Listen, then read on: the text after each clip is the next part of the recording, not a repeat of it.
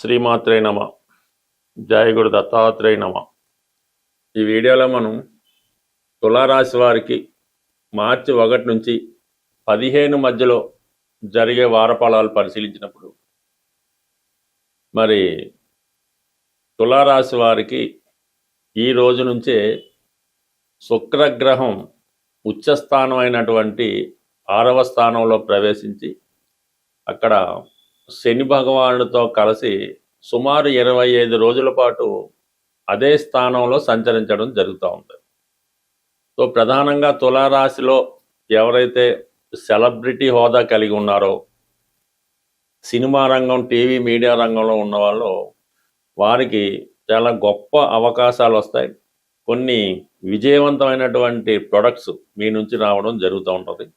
అలాగే మీలో ఉన్నటువంటి టాలెంట్కి తగిన ప్రతిభ, గుర్తింపు రావడం జరుగుతూ ఉంటుంది. రాజకీయ రంగంలో ఎవరైతే ఉన్నారో వారు ఈ సమయంలో ప్రయత్నం చేస్తే ఒక మంచి గుర్తింపు కలిగిన, హోదా కలిగిన పదవి లాంటిది రావడం జరుగుతూ ఉంటుంది.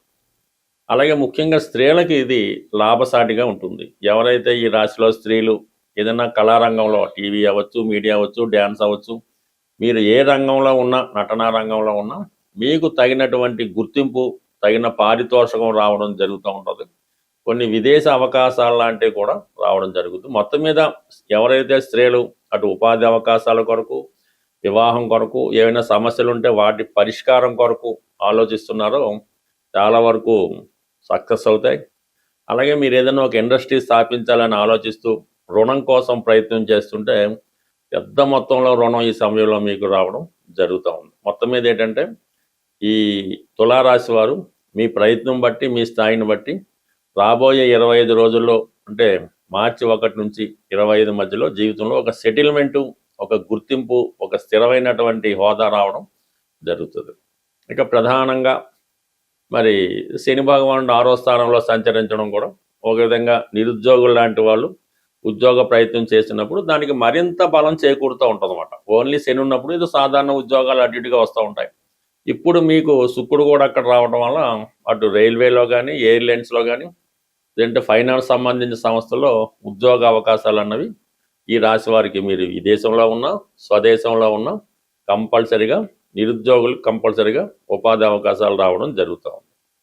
ఇక కేతువు లాభస్థానంలో ఉండడం వల్ల మీరు ఏదైనా ఒక ప్రయత్నం చేస్తున్నప్పుడు ఈ సమయంలో మీ ఇష్టదైవాన్ని కానీ, విఘ్నేశ్వరుని కానీ ప్రార్థించడం వల్ల, అలాగే ఈ కేతువు సూర్య నమస్కారం అంటే రవి యొక్క రాశి అయినటువంటి సింహరాశిలో ఉండడం వల్ల మరి మీరు సూర్య భగవాను ఎంత బాగా ప్రసన్నం చేసుకుంటే అంతగా మీకు విజయ అవకాశాలు రావడం జరుగుతూ ఉంటుంది. అంటే తులారాశి వారికి, తులాలగ్నం వారికి మరి 11వ స్థానం అయినటువంటి సింహరాశి బాధక స్థానం అవుతుంది. ఆ రాశ్యాధిపతిగా ఉన్నటువంటి రవి బాధకుడు అవుతూ ఉంటాడు. మరి అందువలన ఏదో ఇబ్బంది ప్రభుత్వం నుంచి కానీ, మీ పెద్దవారి దగ్గర నుంచి కానీ రాకుండా ఉండాలంటే మీరు సూర్య భగవాన్ని ఆరాధించుకుంటే అందులో ఉన్నటువంటి కేతు భగవానుడు మీకు మీ యొక్క ప్రయత్నానికి గ్రీన్ సిగ్నల్ ఇవ్వడం జరుగుతూ ఉంటుంది.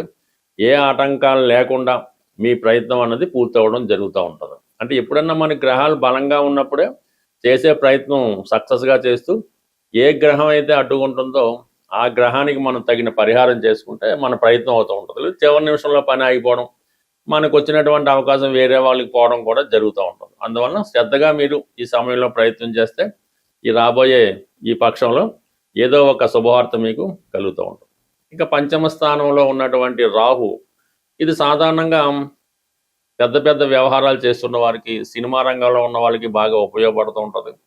అలాగే ఏదన్నా అత్యాశకు పోవడం వల్ల షేర్ మార్కెట్ వంటి వాటిల వల్ల కానీ కొంతవరకు నష్టపోయే అవకాశం ఉంది. మీకు మీరుగా కూడా ఏదో ఒక ప్రలోభానికి లొంగిపోవడం, సరైన నిర్ణయం తీసుకోలేకపోవడం వల్ల కూడా నష్టపోయే సూచనలు ఉన్నాయి. కాబట్టి బట్ ఏదైనా ఒక నిర్ణయం తీసుకునే ముందు కంపల్సరిగా ఆ శాఖలో అనుభవజ్ఞుల వారి సలహా తీసుకోవాలి తప్ప లేని పక్షంలో నష్టపోవడం జరుగుతుంది.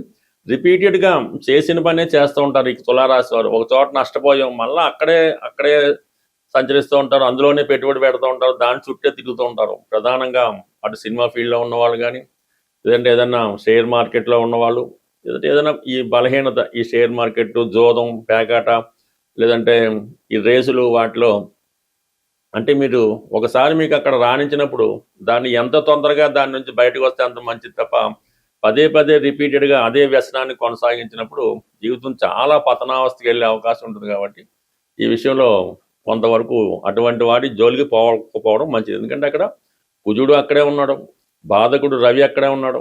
ఇన్ని గ్రహాలు కూడా మీకు ఇటువంటి స్పెక్యులేషన్కి ఇబ్బంది కలుగుతూ ఉంటుంది. అలాగే ప్రేమికుల మధ్య ఎడబాటు, కొంత బ్రేకప్ లాంటిది కూడా వచ్చే అవకాశం ఉంటుంది. ఇంకా ప్రధానంగా ఏంటంటే భాగ్యస్థానంలో సంచరిస్తున్నటువంటి గురువు మీకు ఈ నెల 11వ తారీఖున రుజుమార్గంలోకి రావడంతో కొంతవరకు మీ యొక్క విదేశ ప్రయత్నాలు చాలా వరకు ఫలిస్తాయి.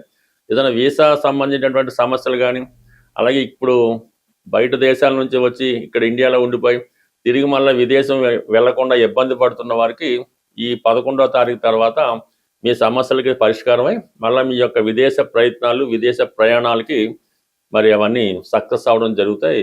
గోచార ఫలితాలు పరిశీలించినప్పుడు కానీ వాటిని అనుసరిస్తున్న వారు మనకి ఏ సమయంలో ఏ గ్రహాన్ని ప్రసన్నం చేసుకుంటే మనకి మంచి ఫలితం వస్తుందో నిర్ణయించుకొని ఆ గ్రహం మంచి స్థితిలో ఉన్న సమయంలో ఆ గ్రహానికి సంబంధించినటువంటి దానం కానీ, జపం కానీ, పూజ కానీ చేయడం వల్ల ఆ గ్రహం మనకు అనుకూలిస్తుంది.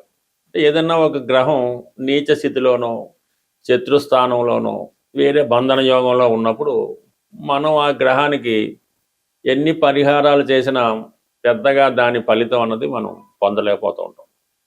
అదే గ్రహం ఉచ్చస్థితిలోనో, మిత్రస్థానంలోనో, స్వక్షేత్రంలోనో బలవంతుడై ఉన్నప్పుడు ఆ గ్రహాన్ని మనం సులభంగా ప్రసన్నం చేసుకోవచ్చు. ఈ విధంగా మనం సులభంగా మన సమస్యలు పరిష్కరించుకోవచ్చు. అంటే ప్రతి గ్రహానికి కూడా అన్ని రకాల ఫలితాలు ఇచ్చే బలాన్ని కలిగి ఉంటాయి. రవి ధనాన్ని ఇస్తాడు, ఆరోగ్యాన్ని ఇస్తాడు.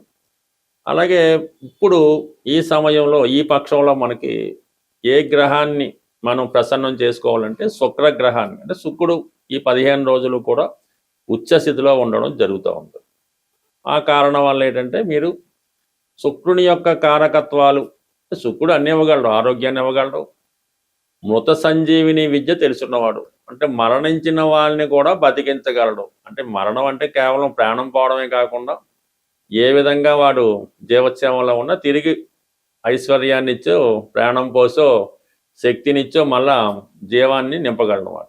అటువంటి శుక్రుడు మరి ప్రస్తుతం ఉచ్చస్థితిలో ఉండడం వల్ల ఏ రాశివారైనా శుక్రగ్రహ అనుగ్రహం కోసం మరి లక్ష్మీ అమ్మవారిని పూజించడం, సో ఇవన్నీ మనకు అందరికీ తెలిసినవి. అంటే సింపుల్గా పరిహారం పొందాలి, శుక్రగ్రహ అనుగ్రహం పొందాలంటే స్త్రీలని గౌరవించాలి. ప్రధానంగా స్త్రీలని గౌరవించడం, భార్య, చెల్లెలు, వదిన గారు, మదరు, ఎవరైనా సరే స్త్రీలను మీకు బయట వాళ్ళకి అక్కర్లేదు కానీ దగ్గర బంధువుల్లో, రక్త సంబంధికుల్లో మీకు మంచి సౌభాగ్యంతో, అదృష్టంతో ఉన్న స్త్రీలను గౌరవించి వారికి విధి విధానంగా సత్కరించి వారికి పసుపు కుంకాలు, చీర, జాకెట్టు, పసుపు కుంకం, గాజులు, ఈ సౌభాగ్య వస్తువులు ఆ స్త్రీలకి మీరు కానుకగా ఇవ్వడం వల్ల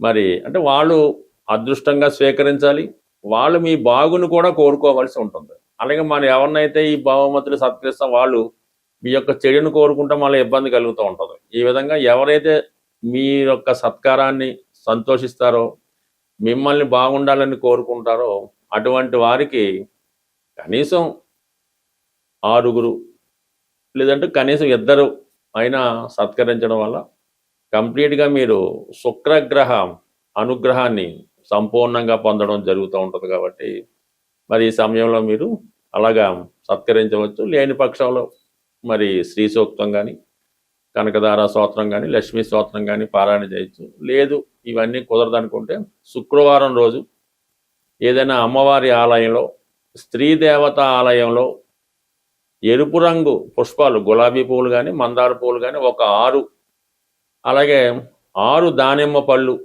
అమ్మవారికి ఆలయంలో భక్తులకు సమర్పించడం కానీ మరి అమ్మవారికి సమర్పించడం వల్ల కంప్లీట్గా మీకు ఈ శుక్రగ్రహ అనుగ్రహం వస్తుంది.